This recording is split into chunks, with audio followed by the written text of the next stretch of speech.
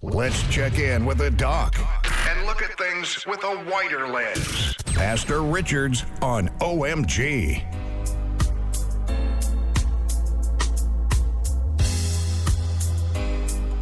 Wow, that's some nice background music for Dr. Richards. Nice and soothing. Standing by for Dr. Richards. While we're waiting him, I've got yes, he's here, so I'll deal with it after. Good morning, Doc. Hey, good morning, bright boy. How are you? I'm all right. I listened a lot this morning, actually, doing my stuff, but listening, because I thought all of the many issues were brought out this morning. I thought I'd listen to what people who are informed are saying about stuff here. So I listened and got educated. So, but Bing, I tell you something. It's amazing to me as I listened this morning. These are fundamental topics that you guys talked about. The Hall of Justice. That's an interesting matter.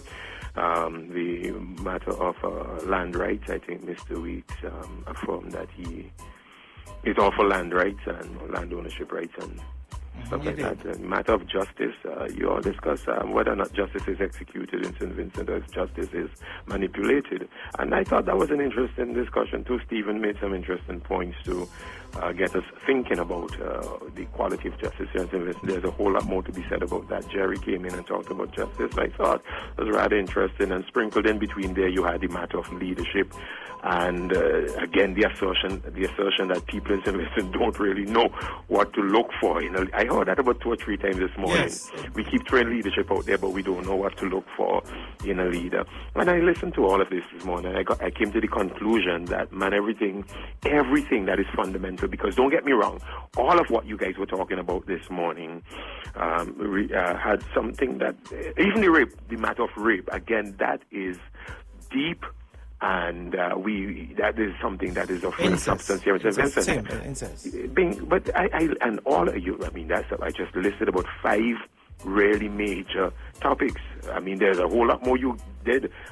Quality of health care, what's happening at the hospital. I mean, this morning, wow, there were so many issues that were raised that are of concern, that are not flippant, that are not frivolous. And given the gravity of these issues, you know, one of the common thread that I think that came out of all of them, because they were various, the common thread is that every single issue of importance in St. Vincent is seen through political lens. And, I mean, it just amazed me. But why, though? Why do people, or why did I see it that way? What's your question, really? Why do people see it through political lens? That is the great sieve here in St. Vincent that sifts everything.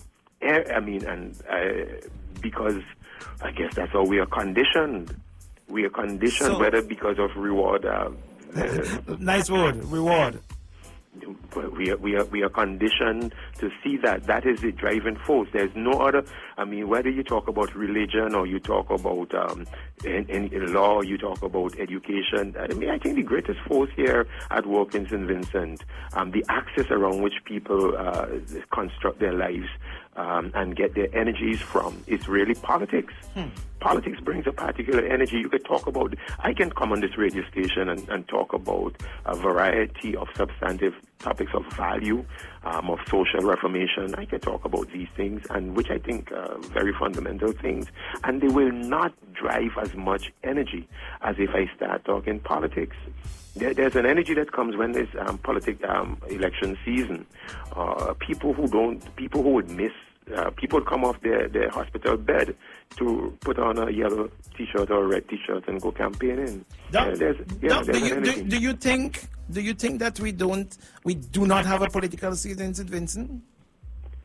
I think it gets ramped up towards the election time. But let me get my axis here straight, right? Sure. Because there are a lot of things that I heard coming out this morning that are substantive, all viewed through political lens.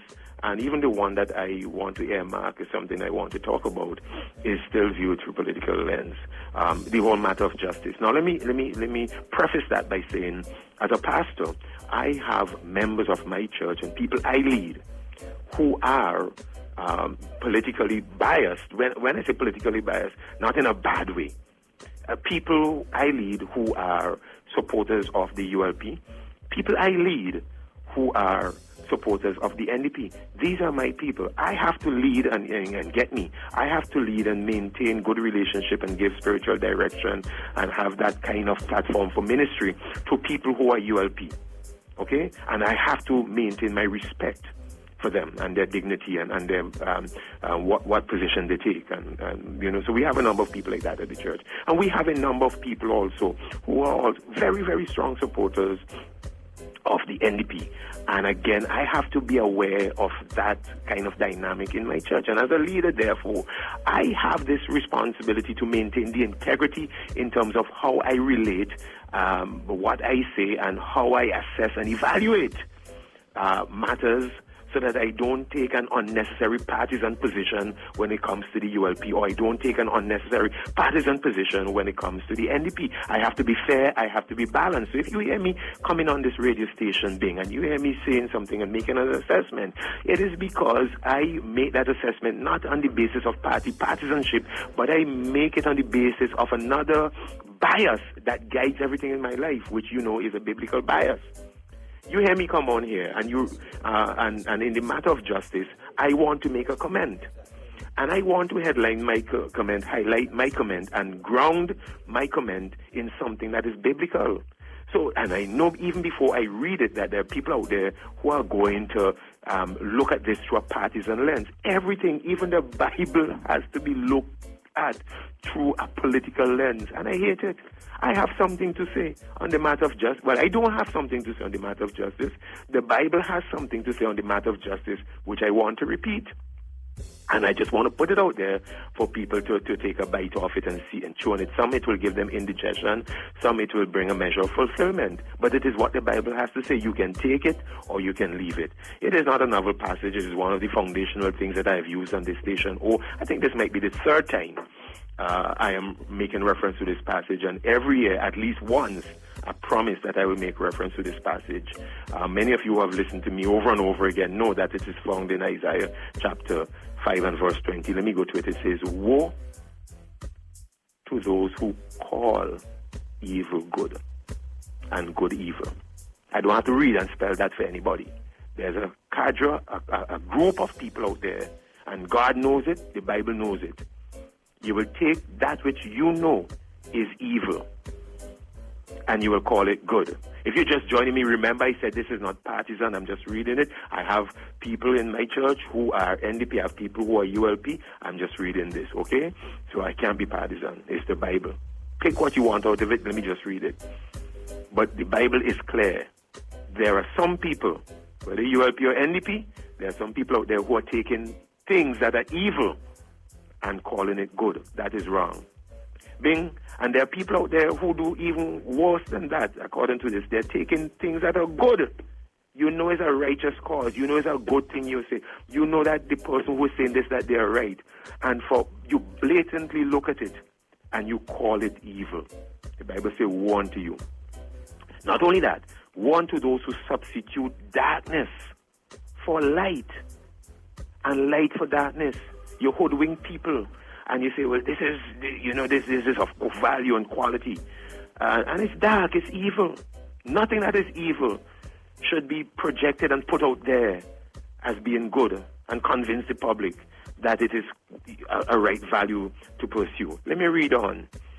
"Woe to those who are wise in their own eyes." So you have heard me use the term sophists on this radio before, and I said, people, go look it up. Because in the artistry of sophistry, it is, especially with intelligent people, intelligent, I use that word loosely, people with book learning, can very easily, very adept. You could put up a defense for anything. You could put up any position, any act, any policy, any law you pass, any course of action you take. You could put up a defense for it if you reasonably enough. It's just a reasonable argument. And given the gullibility, if you think people are gullible, given the gullibility of people, if you put together two pieces of facts and treat them in a particular way, you can present a cogent argument. And the Bible says, wait, back up. Woe to you when you're wise in your own eyes, when you could defend anything. It's not a good thing. It's not a brilliant thing to be a sophist out there defending nonsense. The pronouncement of God is woe to you. Because you are only clever. I'm reading. You are clever in your own sight. You use argument, you use the system, you use justification, rationalization. You use all of these things to cover, to hold your position, to defend your position, and it's clever. And people applaud you for being clever in your own sight. The Bible says, "Woe to you." Let me wrap this thing up, okay, Bing? Because I know I have limited time. Verse 23 says, "Woe to you who justify," and I thought this was a scathing indictment. "Woe to you who justify the wicked for a bribe." So you get something out of justifying wickedness. Trust me, I know you won't sell stone, but this is not me saying this. I want to say you hitting hard this morning, but you just said it's not you, it's the Bible. It's the Bible, it's not. I didn't say that. The Bible said there are people out there who know something wicked, and rather than condemn it, they justify it. And the Bible also says why? For a bribe. You get something out of it, so you turn a blind eye. And the Bible says, "Woe to you." And the last part of that verse, and I'm done. "And woe to you because you take away the rights of the one who are in the right." Actually, the Bible puts an exclamation mark right there. There are people out there who take away the rights of those who are in the right. And the Bible says, "Woe unto you." Now, I just dropped this here this morning because it is in the Bible. The Bible says, "Who has an ear to hear, let them hear." It was not partisan. It's in the Bible. I chose to read it. If you're in the ULP and you want to apply it in a particular way, you may do that. If you're in the NDP and you want to apply it in a particular way, you may do that. I know this. Everything, even the Bible, is seen through political lens. You all think about that and have a good day. Bing, if you have a question, you could ask me now. I have many questions, but we're out of time, Doc. Yeah. All right, take care. Have a good day. Catch you tomorrow morning. Yeah.